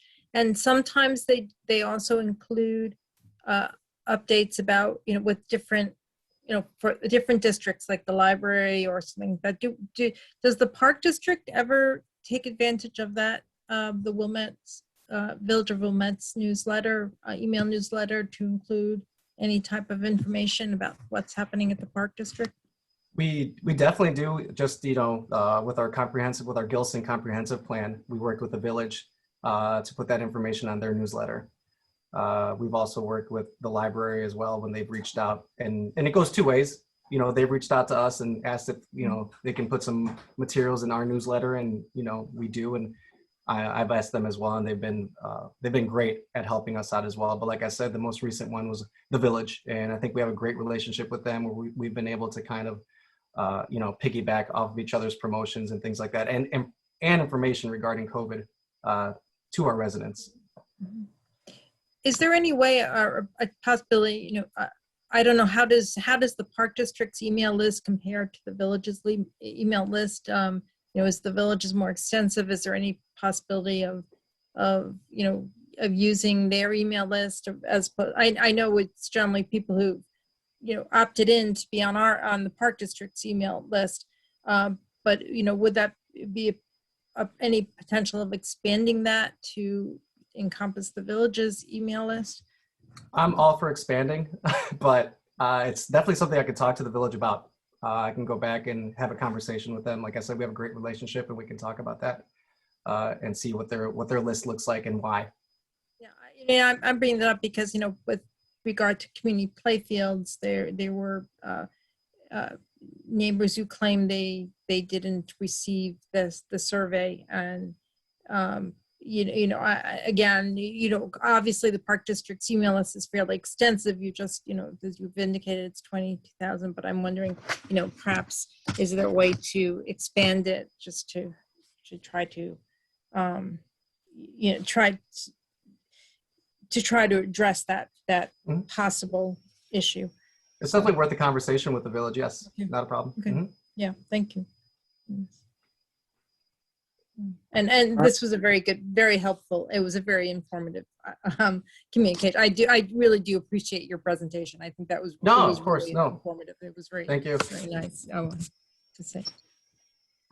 Marlon, I will probably question badly, so maybe Julie or somebody else can clean it up for me. But can you tell us about our targeted marketing efforts and how we segment our lists and whatnot? Do we do a lot of marketing to folks in the gymnastics program or the fitness center, or users of the lakefront, or how much of this are we doing kind of network wide, and how much targeted marketing are we doing? And are there opportunities along those lines? Oh, we do quite a bit with that. We have with RecTrack, we have a great interface, and our IT department, Pope and Ryan, are fantastic at actually pulling specific, whether it's age groups or just, whether it be just sailing or tennis, we can actually pull those and just email those people for whether it's, a promotion or for any kind of reminders that they may need. We actually did that obviously with sailing contracts. We just pulled sailors and people that had already been in the system. But we do have a fantastic a list with that IT helps us out with it. Great, thank you. Mm-hmm. Marlon, what kind of information can you get out of RecTrack? Is it sort of a marketing database that's got lots of information cut many different ways for, if you wanted to look up Gordon Anderson and see kind of, everything that he does, or if you're trying to get to somebody who's, rented a facility at Gilson, over the last 10 years. I mean, kind of what can you get that's easier and what's not so easy? Everything's there. I think it's just about asking the right questions, right? Mm-hmm. So the information is there. It's just asking the right questions. And Pope is obviously fantastic at RecTrack. So we've actually now started sitting down to see what more information that we can call from RecTrack, because we can do things like you said. We can see when people are registering, what time of day, for what programs. So those things are possible with RecTrack. And I think Hope and I have actually just hit the tip of the iceberg with what we can do with RecTrack. So honestly, what I would say is sit tight, because we're getting there to that point where Pope and I are getting very excited of what's possible with the data in RecTrack and being able to kind of know where it's going to trend to, where the prices should be at, what time of day, seasonal, things like that. Mm-hmm.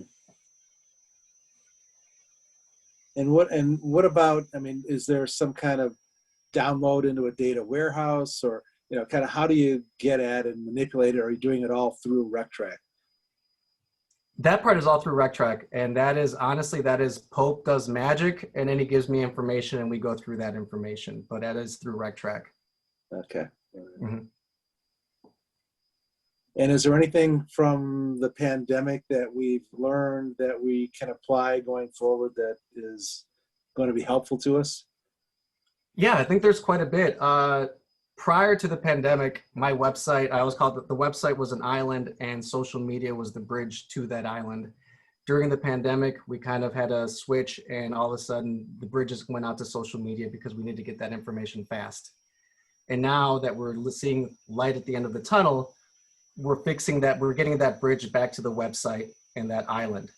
The other thing we've seen too is that obviously we knew digital was big, but people have been understanding and very receptive to the fact of actually registering everything online and not receiving that brochure in the mail. They're okay with going online, checking the class, and registering, just from what we've seen in the past week with registration, that we went, fully online on the website, and registration looked good last Tuesday. And now we have non-residents coming up this Tuesday. But I think people have been more receptive to digital than I think we thought so prior to this.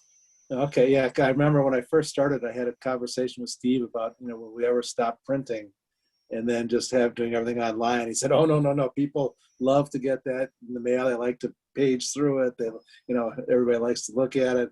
And, I thought, looking at an earlier slide, that we were still printing a lot of stuff, like the same number of copies we were before. Is that not true? No, not at all. That's I left that in there just to show what we were doing in the past. Okay, Mm-hmm. Good. Okay, so we have not been printing what we had. No, we have not been printing 12,500 books. Yep. Okay, that's great. Marlon, Go ahead. it's Thank you. It's a great update. We appreciate, seeing the level of detail, as a marketer. I appreciate the work it takes to make communications simple. So there's quite a bit behind the scenes. I think the move to digital was smart. And while initially there will be the press or the push of people missing that, in my experience, people quickly adjust. And it seems like that was the case here. Something I want to note is that in the height of the pandemic, the Park District was one of the first to begin communicating when a case occurred. And I think that was notable among other entities I'm affiliated with in the village and around the township. So kudos for that, because it was at the time really notable, and I think others followed suit. And I think it's an example of where we can set best practices. I think one of the things that I'm particularly excited about is while our foray into surveys is noted on this slide in particular, I think it's important to continue to gather info and get feedback, whether it's post-program feedback on a scale of 1 to 10, how likely are you to recommend? I'd love to see some version of Net Promoter Score come in at a simple level, just to give us some additional information. But I would always caveat that with the information is only as good as what you can use it to do. So launching a research initiative is only as good as having the capacity to follow on some of the feedback that's received. So I'm mindful of it's you and I think 1.5 FTEs. And so for that, it's a lot of deliverables that you create within a fairly narrow staff. So You do a great job. Yep. Thank you for the update. I appreciate it. Thank you. I just want to add, this is not a field that's my strength at all. And so I don't have detailed questions. I do, you spoke at the end there about changing habits and people adopting digital and how the pandemic has changed people's habits, and that is true. They've also changed a lot of habits in terms of what the expectations were in terms of what the Park District can do for my family, my children, for me. And I think the challenges going forward as we come out of the pandemic are going to be largely communication and recapturing these habits.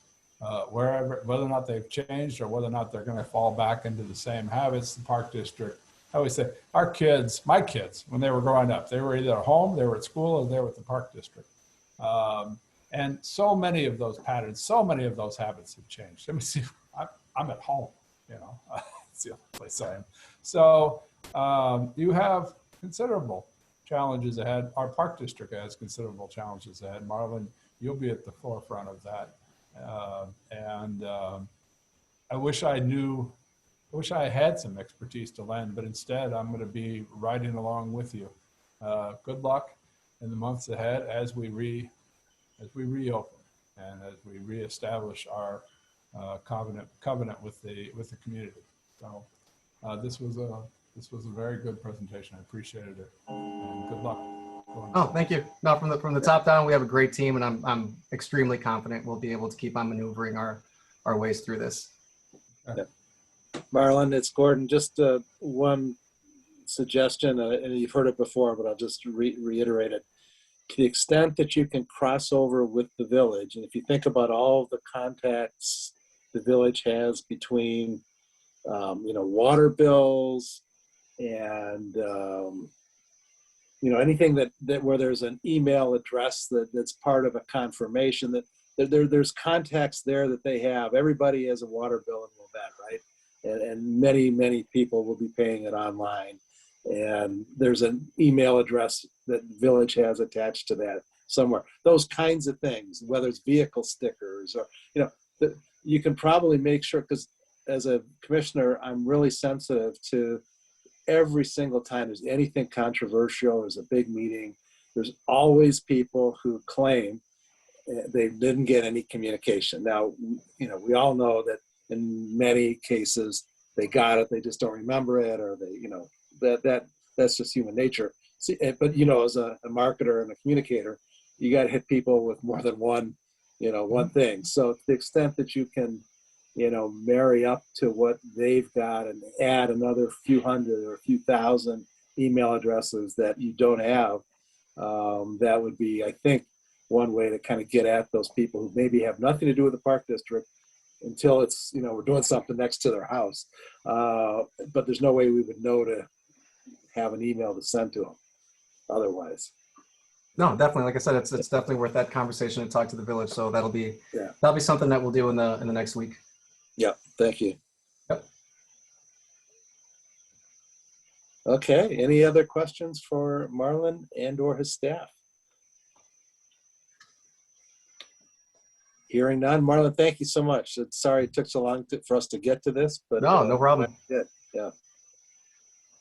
Okay, next item on the agenda is a move to adjourn to a closed session.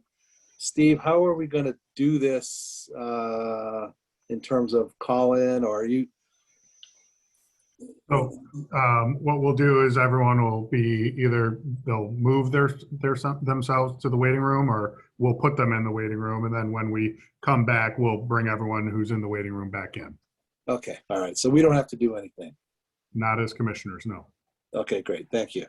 All right. Well, we're going to adjourn a closed session. It's a discussion of the appointment, employment, compensation, discipline, performance, or dismissal of specific employees of the public body or legal counsel of the district, including hearing testimony on a complaint lodged against an employee of the district or against legal counsel to determine its validity, and to discuss the minutes of meetings lawfully closed, whether for the purposes of approval by the body of the minutes or semi-annual review of the minutes in accordance with sections 2C1 and 2C221 of the Open Meetings Act. That covers a lot of ground. So I move to adjourn. Second. All right, we've got a motion and a second.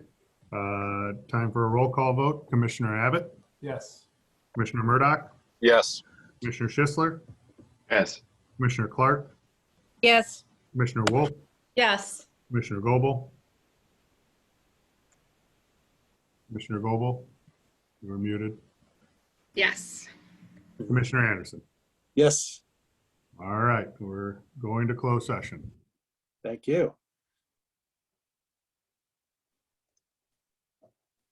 So let me give people a chance to click out.